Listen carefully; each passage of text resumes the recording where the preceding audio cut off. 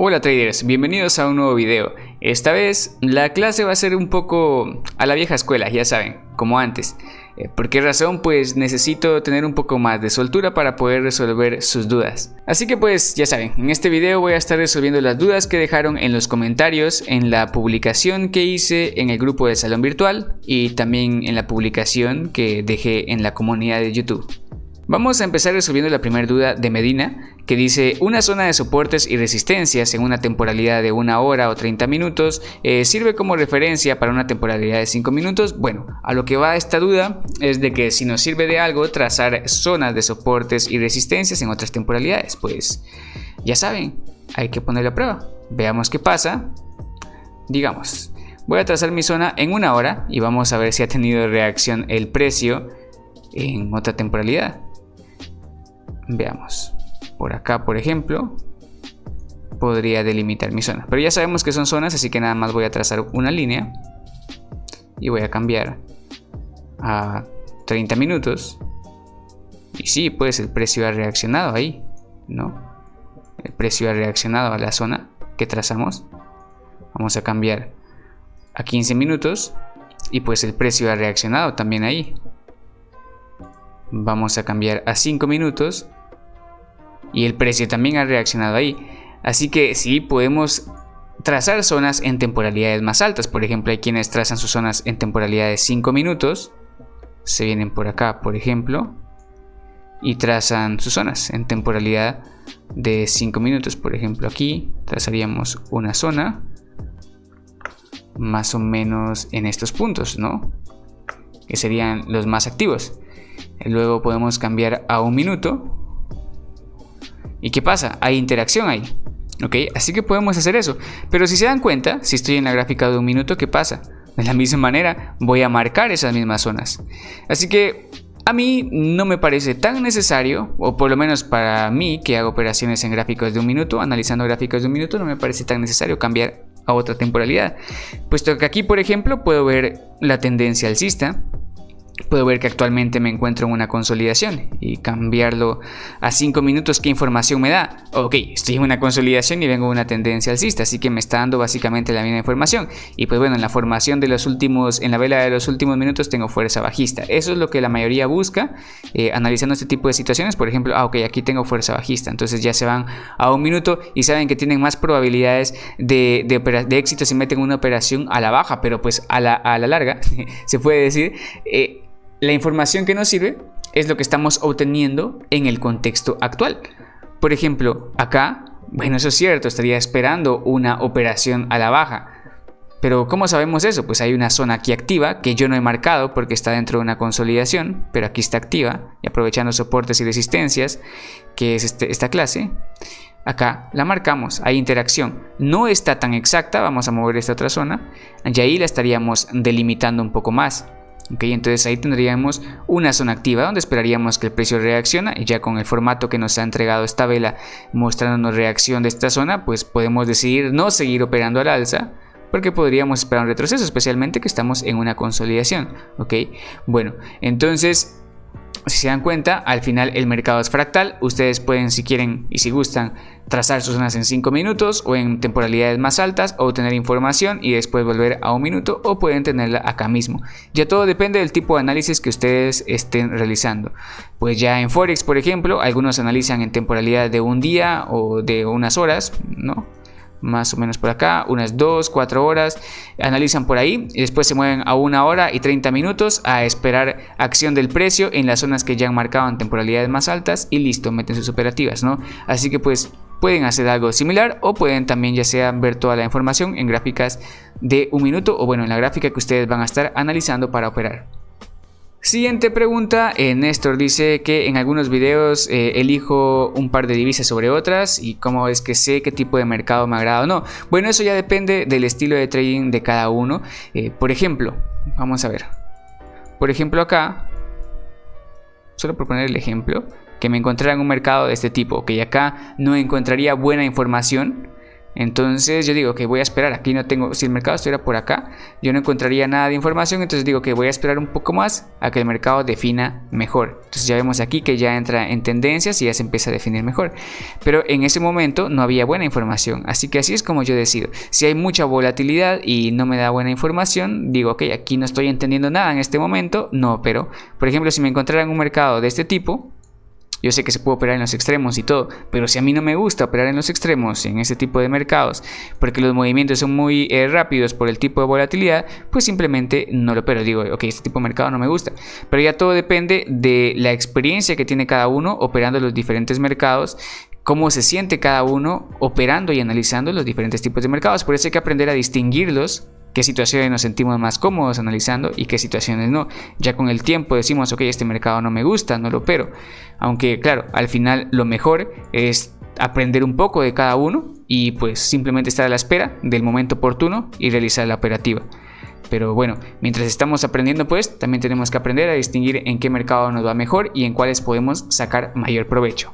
Muy bien, en la siguiente pregunta Brian nos dice que una resistencia es fuerte si el precio ya rebotó 2 veces o es necesario que exista un cambio de polaridad. Bueno, realmente no es necesario, simplemente con que el precio haya testeado 2 veces, por ejemplo acá testea una y acá testea 2 veces, al final toda esta área de aquí sería nuestra zona, ¿ok? Sin tomar en cuenta esto, ¿ok? Simplemente estábamos viendo acá, vemos 2 testeos, testeo aquí, testeo acá. Entonces acá nos damos cuenta que la zona es fuerte y después del agotamiento respeta ese nivel de nuevo, aunque ya más adelante lo termina rompiendo y después ya cumple con el cambio de polaridad. Así que no es necesario que exista un cambio de polaridad, con que tenga con que tenga ya los 2 testeos, la zona se vuelve fuerte y ahí podemos esperar a ver cómo reacciona el precio de nuevo, ya interactuando con la zona. Y es una zona fuerte, pues podemos esperar que interactúe bien y respete o que ejecute un cambio de polaridad más adelante. Gustav dice, en tus operaciones metes las operaciones en los rechazos de los soportes y resistencias. ¿Podrías? Bueno, ya tengo un video explicando eso de los soportes y resistencias y los rechazos en ellos. Es muy importante que ustedes no se guíen nada más con los rechazos. Los rechazos simplemente es un poco de información extra que estamos obteniendo del precio interactuando con las zonas claves que hemos detectado. Y bueno, pues ya más adelante les voy a explicar los rechazos en la nueva versión del curso. Solo que necesito que avancemos un poco más, ya que tiene que ver también con que el mercado es fractal, pero vamos a avanzar un poco más en lo que sería pues la estructura del mercado. Entendemos un poco más la estructura y ya les explico lo que son rechazos. De nuevo, no, porque ya tengo algunos videos explicándolo. Para mí creo que es un tema algo complicado de poder compartir, de poder explicar y de poder transmitir la información. Es muy importante que sepamos ya por lo menos las bases de lo que vendría a ser un buen análisis técnico. Muy bien, José pregunta acerca de los engaños en soportes y resistencias y en soportes y resistencias dinámicas. Pues bueno, ya tengo una clase hablando al respecto, así que no lo voy a profundizar acá. De preferencia es de tener mucho cuidado cuando la tendencia está muy fuerte. Es de ver eso, las tendencias fuertes tienen más probabilidades de romper zonas de soporte y resistencia, ya sea horizontales o dinámicos. Así que si detectamos una tendencia fuerte, sabemos de que no podemos confiar plenamente de un soporte y una resistencia. Tenemos que esperar un poco más a que se defina la información que estamos siguiendo en ese momento. Alex nos pregunta, cuando hay muchas zonas de soporte y resistencia, ¿cuáles son las más recomendables de operar? Ok, cuando hay muchas zonas de soporte y resistencia, no recomiendo operar en ese momento. Por poner un ejemplo, vamos a buscar un ejemplo entendible, permítanme. Veamos por ejemplo acá. Por ejemplo, aquí tengo un nivel acá, tengo otro nivel acá. Bueno, realmente el de abajo estaba aquí en estos cierres y mechas. Tengo otro nivel por acá en estos cierres. Ustedes ya saben, cierres de velas y extremos de mechas son zonas de soportes y resistencias. Ya está explicado también en una clase. Así que si se dan cuenta, aquí tengo varios niveles. ¿Okay? ¿Qué pasa con eso? Es una zona sucia, porque hay muchos niveles de soporte y resistencia que han sido creados ahí. Más adelante, cuando el precio llega ahí a esa zona, yo no podría saber, o sería más difícil para mí comprender desde dónde está siendo empujado el precio. Puede estar siendo empujado de acá, o puede estar siendo empujado de acá, o de una línea de en medio. Así que eso puede ser más engañoso. Entonces lo que yo recomiendo es que si estamos en un área engañosa y no podemos comprender bien los movimientos del precio, preferiblemente no operar. Así que ese es mi consejo acá. Ahora, si puedes distinguir que el precio, por ejemplo, estaba siendo rechazado de toda esta zona, porque era la zona que tenía más confluencia, que ahí sería donde es más óptimo marcar nuestra zona de soporte y resistencia, donde tiene más confluencia con cierres y con extremos de mechas. Esa sería la zona como que más confiable, se podría decir, más delimitada. Entonces, bueno, si vemos que el precio realmente estuvo reaccionando a la zona más delimitada, entonces ya decimos, ok, el precio está reaccionando ahí, puedo verlo y ya meto mi operación. Pues en caso contrario, que no pueda ver bien en dónde estuvo reaccionando el precio porque hay muchos niveles, pues es preferible no operar. ¿Está bien? Muy bien, seguimos avanzando con otras preguntas. ¿Qué es un cambio de polaridad o una polarización? Pues bueno, eso es nada más que un flip. Lo que vendría a ser, vamos a explicarlo acá a grandes rasgos. Eso también aplica en micro como en macro, recuerden, el mercado es fractal. Acá, por ejemplo, tengo una zona donde el precio ha usado como resistencia, es decir, en un momento fue usado como soporte por acá, ahora como resistencia. Tengo un cambio de polaridad ahí, tengo un flip. El precio usó como soporte, rompió, ahora como resistencia. Más adelante vuelve a romper y lo usa como soporte. De nuevo, cambio de polaridad. Aquí simplemente testea dos veces, rompe de nuevo, cambio de polaridad. Ok, entonces eso es un cambio de polaridad o un flip que le está dando vuelta a la zona, ¿no? Que en principio, por ejemplo, fue soporte, después rompe, ahora resistencia, después rompe, ahora soporte, después rompe, ahora resistencia. Ahí está haciendo los cambios de polaridad o los flip. Muy bien, Pedro pregunta que qué indicio podemos ver tras el rompimiento de un nivel de soporte y resistencia para esperar un pullback o esperar una continuidad. Pues bueno, acá lo que puedo decir es que si estamos en una tendencia muy fuerte, podríamos esperar un pullback. Bueno, si estamos en una tendencia muy fuerte y avanzada, podríamos esperar, por ejemplo, un pullback. Vean acá. Acá tenemos un rompimiento de este nivel, ¿ok? En una tendencia muy fuerte. Tenemos una vela de agotamiento que obviamente nos está indicando de que el precio va a reaccionar aquí a este nivel. Podemos realizar una operación al alza. Vemos aquí una vela de indecisión. Si no tenemos suficiente información, no operamos porque venimos en una tendencia fuerte y podemos empezar a intuir de que nada más se trata de un retroceso tras el rompimiento del nivel. Entonces puede ser que no operemos ahí en ese momento. Y ahora, si estamos teniendo la buena información de que el precio va a seguir subiendo, entonces podemos meter esta operativa.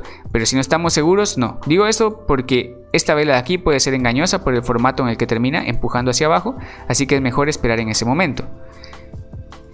Vemos acá de que el precio no ha vuelto a la zona tras el rompimiento de este nivel.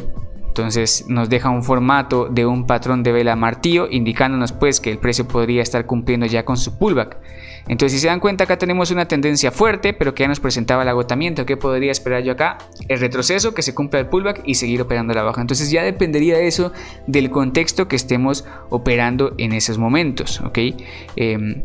Entonces acá una tendencia fuerte, agotamiento, entonces ahí decimos, ok, yo esperaría un retroceso aquí en este punto. Si es que no vuelve a la zona, yo esperaría que haya cumplido ya el retroceso. Y aquí vemos que empieza a cumplir cuando debilita y vuelve a mostrarnos fuerza bajista. Entonces sabemos que cumplió ya con su retroceso y que probablemente podría seguir empujando a la baja. Entonces ya lo que buscamos son indicios de que continúe rompiendo niveles, ¿ok?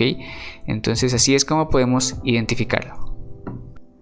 Antonio pregunta qué condiciones puedo tomar en cuenta para saber que un soporte de resistencia va a soportar o va a reaccionar con el precio. Pues bueno, eso depende de lo que estemos analizando y del contexto que estamos analizando en ese momento. Por ejemplo, acá tengo yo identificado un muy buen nivel. Acá tengo una tendencia saludable, se puede decir. Y de pronto aparece una vela con mucha decisión rompiendo el nivel. Aquí cualquiera puede decir, ok, es una vela de agotamiento y voy a operar al alza. El problema es que vengo de una tendencia que ya tiene bastante tiempo intentando bajar. En los últimos minutos el precio se ha acelerado y yo aquí podría esperar que siguiera empujando hacia abajo. Entonces, por ejemplo, ¿qué información tengo aquí? Que no puedo confiar plenamente de esta zona porque es una zona débil. ¿ok? Entonces no puedo confiar plenamente de esa zona. Ya ves, todo va dependiendo del contexto. El precio se acelera y parece acelerarse aquí también de vuelta, ¿ok? Está acelerándose de vuelta, pero en este punto es rechazado. Acá tengo un nivel activo y yo que podría esperar pues que esté cumpliendo en ese momento lo que es el cambio de polaridad. Después veo una vela de indecisión justamente tras lo que podría yo esperar un retroceso. Entonces ahí ya vamos teniendo como que indicios de cómo va reaccionando el precio. Veo los rechazos de esta vela hacia abajo, entonces puedo ahí meter mi operación a la baja, por ponerte el ejemplo, ¿no? Entonces al final lo que define si un nivel de soporte y resistencia va a funcionar es el contexto. Tú lo único que haces en un principio es identificar un buen nivel. Eso nada más representaría el 20% de probabilidades de éxito de una operación. Ver ya con qué fuerza está llegando el precio al nivel, cómo está reaccionando el precio al nivel, y si nos apoyamos de un patrón de velas en ese nivel, pues ya podemos garantizar una operativa con mayor probabilidad de éxito. Bueno, José pregunta de la temporalidad ideal para hacer operaciones en 1 minuto o 5 minutos, dependiendo del nivel. Pues bueno, eso ya depende del tipo de análisis que estemos realizando nosotros. Yo recomiendo pues que si voy a operar velas de 5 minutos, pues que analice en temporalidad de 5 minutos, ¿no? Yo estaría aquí esperando a que el precio llegue a mi zona activa, por ejemplo, ¿no? Aquí puedo identificar una mejor zona. Entonces yo estaría esperando que el precio llegue a mi zona activa para hacer una operación en esos niveles. Así que yo recomendaría eso. Y si no, pues igual puedes hacer tu operación en 1 minuto, en velas de 1 minuto. Y ya vas viendo hasta qué niveles podría llegar el precio y cuánto tiempo se ha tomado en llegar ahí para calcular más o menos un periodo de tiempo. Aunque claro, yo te recomendaría más que fueran tiempos estipulados, viendo temporalidades más altas si quieres operar a pues temporalidades mayores, obviamente, ¿no? David pregunta que en caso de que las divisas tenga alta volatilidad y deje muchas mechas, ¿cómo puedo ubicar una zona de soporte y resistencia fuerte? Bueno, eso es lo que mencionaba antes. Ese tipo de mercados dejaría zonas muy sucias y puede ser algo complicadas de poder identificar un buen nivel de zona de soporte y resistencia. Entonces yo recomiendo que esperemos pacientemente a que el mercado nos deje niveles más claros en donde nosotros podamos apoyarnos con operaciones a futuro. Mario pregunta que cuando se colocan soportes y resistencias en cambio de polaridad, ¿cuántas velas atrás hay que verificar para saber si es fuerte o débil? Bueno, si estamos, depende de lo que estés analizando. Si yo estoy haciendo operaciones en gráfico de 1 minuto, que estoy haciendo aquí en gráficos de 5, de un segundo, no, gráficos de 1 minuto. Bueno, si estoy analizando gráficos de 1 minuto, no me va a interesar a mí la información que tenga hasta acá atrás del mercado. Obviamente me va a interesar a mí mucho más la información que estoy teniendo en este momento, pues son opciones binarias, así que me interesa la información que tenga actualmente yo acá. Si no tengo información de referencia acá, por ejemplo que el precio se encuentre más o menos aquí en esta área, puedo guiarme con la información que tenga más atrás. Obviamente puedo retroceder un poco y guiarme con esta información, aplicar un Fibonacci y tal. Pero digamos que el precio está acá, el precio se encuentra aquí, no me sirve a mí de nada retroceder bastante y buscar información acá atrás, puesto que ya tengo aquí información suficiente. Y bueno, esta información suficiente está algo sucia, así que puede ser de que no tenga buena información en ese momento. Y tampoco me sirve de nada la información de acá atrás, porque aquí ya se ha ensuciado. Entonces tengo que esperar a que se dé una oportunidad en un muy buen nivel. Así que eso ya depende de lo que estés analizando, la temporalidad que estés analizando, el tipo de operaciones que estés haciendo, ya depende cuánto vas a retroceder. Pero yo no aconsejo retroceder bastante para las operaciones turbo, tampoco para las operaciones de opciones binarias. No me sirve de mucho retroceder bastante, me importa más la información que tengo actualmente. Si estoy en un lugar donde no tengo buena información, puedo, ya saben, respaldarnos con algún Fibonacci, algún número redondo, pero es necesario ver cómo está reaccionando siempre el precio. Y especial, pues ahí sí ya podemos retroceder y ver, ok, el número redondo estuvo interactuando aquí con esta zona y ya puedo tomar una decisión viendo cómo está llegando el precio a esos niveles. Ahí sí ya puedo retroceder, pero si tengo información suficiente a la izquierda, no hace falta que retroceda bastante. Huki pregunta, ¿se puede ser rentable solo operando soportes y resistencias? Sí, se puede ser rentable operando solo soportes y resistencias. Tal vez más adelante haga alguna miniserie haciendo una Masaniello o qué sé yo, solo con soportes y resistencias. Ya vamos a ver. Muy bien, acá terminamos las preguntas de Facebook y nos vamos a pasar a las preguntas del canal de YouTube, que yo creo que son bastante similares también. Vamos a ver qué tenemos por acá. Muy bien, Pedro Rosales pregunta, ¿en qué nos puede ayudar los soportes y resistencias a la hora de tomar una entrada? Bueno, esa pregunta es bastante buena y es que muchos no le dan a los soportes y resistencias la atención adecuada. Los soportes y resistencias es un tema muy importante que tenemos que tomar en cuenta y aprender, sobre todo nosotros que hacemos análisis técnico, bueno, al menos que tú hagas otro tipo de análisis, pero que estés haciendo análisis técnico, saber identificar un buen soporte y una buena resistencia, o bien te da una buena oportunidad para hacer una operación, o bien te da un buen indicio para no tomar una operación. Así que al final un buen soporte y una buena resistencia puede salvarte o puede darte una buena oportunidad. Así que al final soportes y resistencias son muy útiles, por favor estudienlos bien. Bueno, Beth me hace muchas preguntas. ¿Es recomendable utilizar un soporte anterior del precio después de una gran continuidad de velas verdes? No, si venimos de una fuerte tendencia, tenemos que tener precaución de identificar un muy buen nivel, y en caso contrario, pues podemos quedar muy mal. Por ejemplo, acá observamos que tenemos una fuerte tendencia alcista, el precio sí reacciona a este nivel que tenemos acá, el precio sí reaccionó a ese nivel, pero simplemente tuvo un pequeño descanso y después continúa subiendo hasta llegar a una zona más fuerte, en donde pues ya tenemos cambio de polaridad y toda la interacción, ¿no?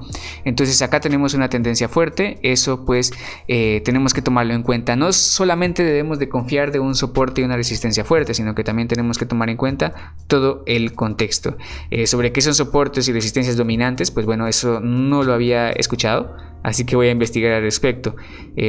¿Cómo podríamos saber cuándo el precio rebotará en una zona de soporte y resistencia? Bueno, eso ya lo hemos mencionado. A esa pregunta, en algún momento del curso anterior dijiste que el precio era atraído por las zonas de soporte y resistencia, así que la fuerza de atracción es definida si en una zona de soporte y resistencia fuerte, como un número redondo EMA 100 o 200, y si es así, ¿cómo podríamos jerarquizar el nivel de atracción o la fuerza? Ok. Una vez roto, el soporte y resistencia sigue teniendo la misma fuerza de atracción. Claro, bueno. Estas son muchas preguntas y creo que es demasiada información para un soporte y una resistencia. Generalmente yo no lo veo de esa forma, yo simplemente voy siguiendo el precio. Si tengo un nivel clave fuerte, obviamente yo esperaría que el precio buscara llegar a ese nivel clave fuerte. Por ejemplo, aquí, la explicación que les acabo de hacer, acá tengo un nivel clave fuerte. Ustedes pueden ver interacción del precio en esta zona, aunque claro, aquí hay rompimiento, pero por su materia de velas se formaría un doji. Si no saben qué son materias de velas, por favor vean el video. Acá vemos más interacción del precio, acá más interacción del precio. O sea, ¿dónde he tenido más interacción? Aquí, en este nivel, o aquí, en este nivel, o aquí en este nivel. Hablando como que si no supiera qué ha pasado aquí. Hablando como que si no supiera qué ha pasado acá, ¿dónde tengo más interacción? Pues aquí, ¿no? Entonces aquí es mi zona más fuerte en este momento. Y pues yo esperaría, al ver esta gran tendencia, que el precio buscaría llegar por lo menos acá, si no es que hasta acá, o hasta acá en la parte superior, ¿ok? Vemos que obviamente no llega hasta ahí arriba, pero sí llegó hasta una zona fuerte. Así que así es como yo definiría las zonas fuertes, no tanto si es una EMA de 200, una EMA de 100, aunque claro, eso me da cierta información a mí, pero donde ha interactuado más el precio es donde puedo confiar mucho más. Por eso es que estas son más confiables que decirte una EMA, que decirte una línea dinámica, o perdón, una zona de soporte y resistencia dinámica. Y por último, me pregunta cuando un soporte y resistencia es tocado solo por dos mechas y no por el cuerpo de las velas, ¿se considera fuerte? Ok. Esa pregunta también tiene mucho que ver con dónde coloco mi zona de soporte y resistencia. ¿Qué tomo en cuenta? ¿Las mechas o los cierres? Bueno, vamos a responderlas. Yo tomo en cuenta el área. Por ejemplo, aquí arriba yo puedo decir, ok, voy a colocar mi zona de resistencia. ¿Dónde la coloco? Acá. Pues no es una línea en primer lugar, recordemos que es una zona o un área. Entonces yo lo que hago es colocar donde ha habido más interacción del precio. Ok, por ejemplo, acá tengo interacción del precio en esta mecha y en estas mechas. Tengo interacción del precio en este cierre, en este. Entonces ahí tengo un buen nivel marcado. Bueno, no ahí donde tracé la línea exactamente, sino más abajo, acá. Tengo un muy buen nivel definido por la interacción que ha tenido el precio en los cierres y en las mechas. Entonces para mí es esa zona la más importante para trazar, o que se me define mucho mejor. ¿Ok? Y acá puedo trazar y como que definir por completo el área, que vendría a ser toda esta de acá del área, donde yo podría esperar más adelante, cuando el precio se devuelva, podría esperar reacción en esa zona. ¿Ok? Así es como la estaría definiendo. Por ejemplo, si yo tuviera una mecha muy grande, por ejemplo hasta aquí, ¿dónde identifico yo mi zona? ¿En dónde creen ustedes que es lo más ideal identificarla? ¿Será que la identifico hasta acá en la mecha? No, porque ¿dónde ha interactuado más el precio? Aquí. ¿Ok? ahí ha interactuado más el precio. Entonces para mí es más importante esa zona. Yo esperaría más interacción del precio más adelante, esperaría interacción del precio aquí, no hasta acá abajo. Aunque claro, si el precio llega a romper aquí muy fuerte, puedo usar esto de apoyo más adelante para saber si el precio va a interactuar. Pero por ejemplo acá, vean, el precio iba interactuando más adelante con esa zona hasta que rompe. Veamos hasta dónde llegó, si es que llegó hasta la mecha. A ver, no llegó hasta la mecha, se ha pasado de la mecha, así que al final la mecha era una zona débil que vemos que sí interactúa más adelante, ok, pero en ese momento no. Así que ven, todo depende, fuerza de la tendencia, ok, todo depende del contexto que estemos siguiendo en ese momento. Bueno, con eso terminamos de resolver las dudas de los soportes y las resistencias. Espero pues haber resuelto por ahí, haber despejado algunas dudas que ustedes tuvieran. Oh sí, se me olvidaba. De momento voy a estar utilizando TradingView, que no es ningún broker, simplemente me da a mí las gráficas para poder apoyarme en estas clases. Bueno, espero que esta clase haya sido de utilidad y pues ya saben, si tienen dudas déjenlas en los comentarios y si no, pues nos vemos en la próxima clase, que va a estar pronto y va a ser sobre figuras chartistas. Nos vemos, cuídense.